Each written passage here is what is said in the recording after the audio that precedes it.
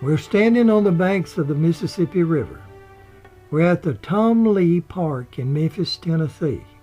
It's the location of the Memphis and May Festival, such as the Beale Street Music Festival and the World Championship Barbecue Cooking Contest.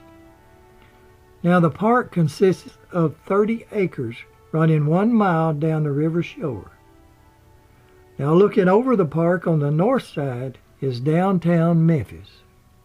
And on the high banks on the south side is expensive homes and condominiums.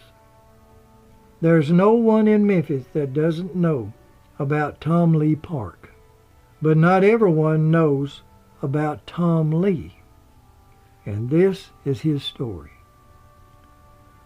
Tom Lee was a quiet, unassuming, easygoing man.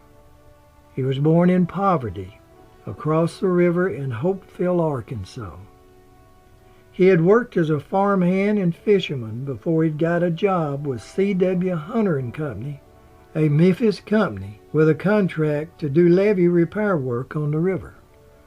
On the morning of May the 8th, 1925, Tom's job was to ferry his boss down the river to Helena, Arkansas, some 70 miles south of Memphis. In 1925, it was easier to take the river than to travel over muddy dirt roads. The plan was to leave his boss in Helena, who would return later by train, and Tom was to make a round trip back to Memphis. The morning was cool, and the water was cold and choppy. The wooden boat named the Zeb belonged to the company and was powered by a small outboard motor. The trip downstream was uneventful. Back in Memphis, the Army Corps of Engineers was holding a week-long Mid-South convention. The Engineers Club arranged for a special outing for the convention delegates and their families.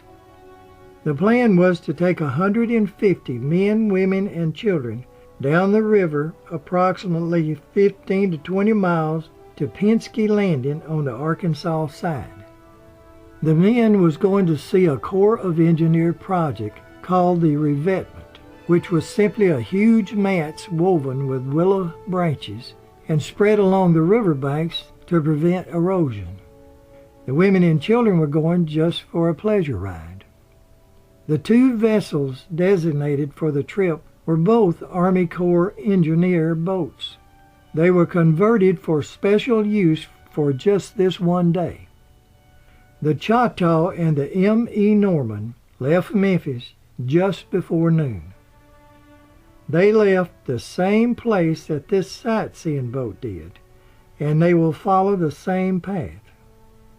Like this much smaller boat, the M.E. Norman was fully loaded with 72 passengers and crew.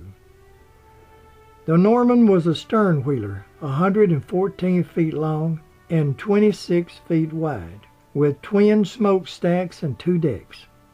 It was a coal burner that only a few weeks earlier had been converted to oil, and this was the first voyage using the new system. The Norman was actually designated as a towboat with a small crew. This was Captain Howard Fenton's first time to pilot this boat, but he was a very experienced pilot. The Choctaw was a lighter and much faster boat than the Norman. On the way down, the Norman was sitting low in the water, causing some concern. Both vessels arrived at their destination, Penske Landing, around 2 p.m. The men left the boats to inspect the revetments.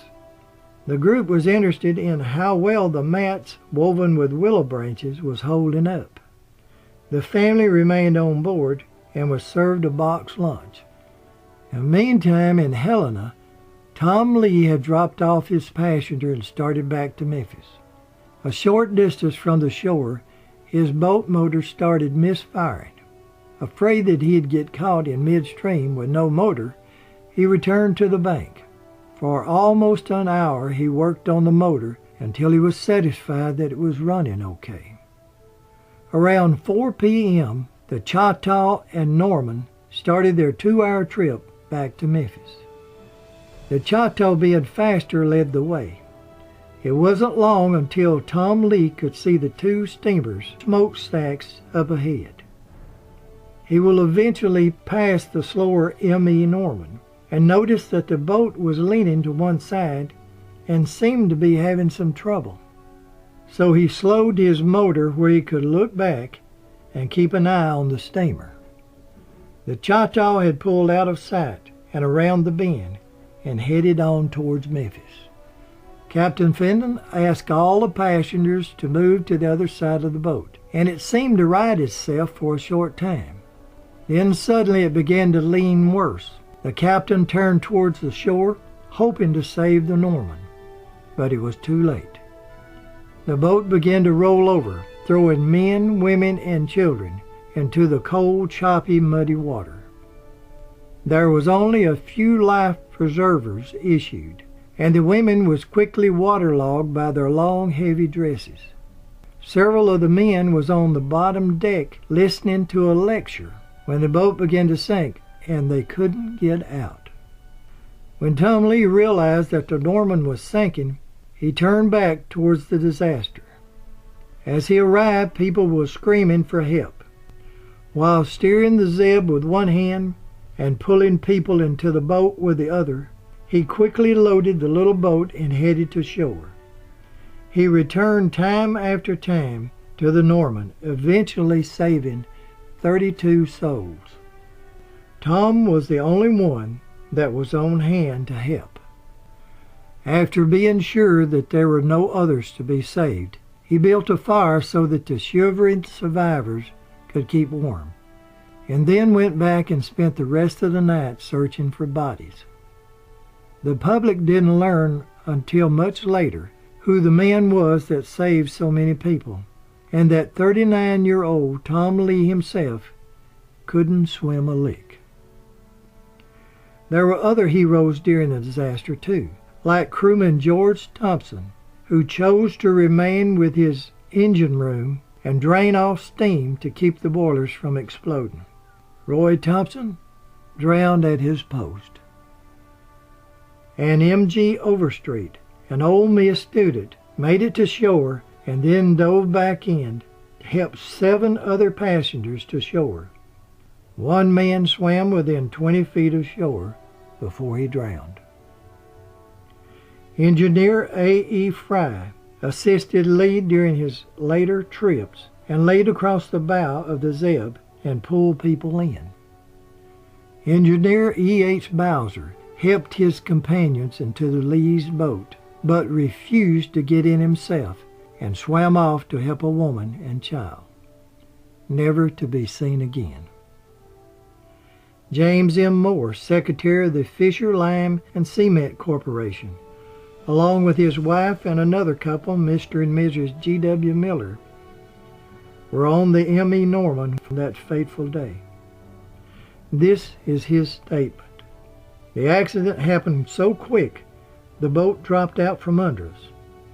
I tried to keep my wife afloat and was fast losing strength. When my wife said, "Jim, there's a boat," I whistled at Tom Lee, and he shot his boat straight for us, and I want to say right now, he's a born riverman. The boat edged up to us, and Lee reached out with one hand as he held the wheel with the other. He drew in my wife out of the water and into the boat. Then he helped Mrs. Miller out. Then Mr. Miller and I was next. One story was of a woman trying to hold her baby up out of the water. She was becoming too tired to swim, and as Tom Lee's boat arrived, he reached for the baby.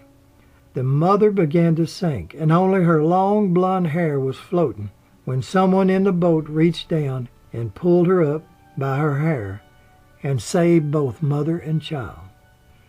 One of the survivors on shore stumbled through cotton fields to a house that had a telephone and called Memphis to send word for help.